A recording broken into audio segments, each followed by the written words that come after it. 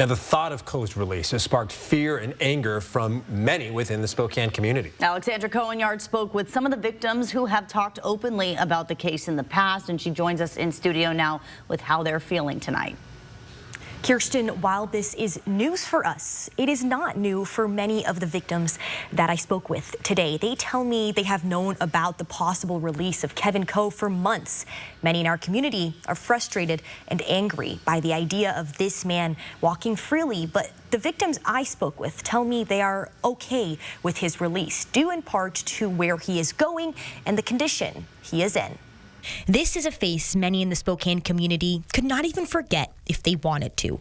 Despite how hard the victims of Kevin Coe have tried, seeing it still feels like continuously pulling a big massive scab off your wound that you're trying so desperately to heal. That is the voice of Julie Harmia. KXLY first interviewed her in 2006. She is the only conviction in this case that withstood appeals.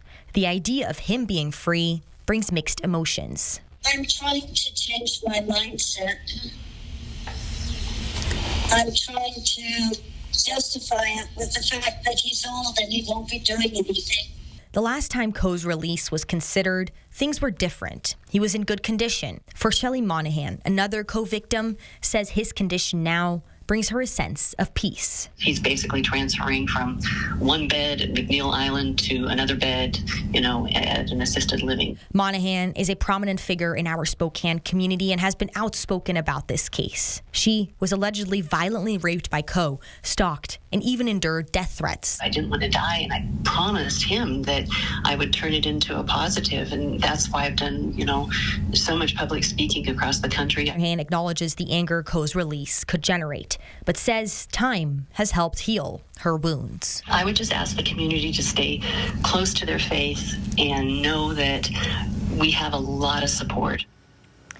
Victims of Coe will have the opportunity to share their testimony about his release. However, that is where things get complicated. Since Coe was only convicted of one rape, it is unsure if all possible victims will have the opportunity to speak. A hearing is scheduled to determine answer to that next week. In studio tonight, Alexandra Coe, 4 News Now.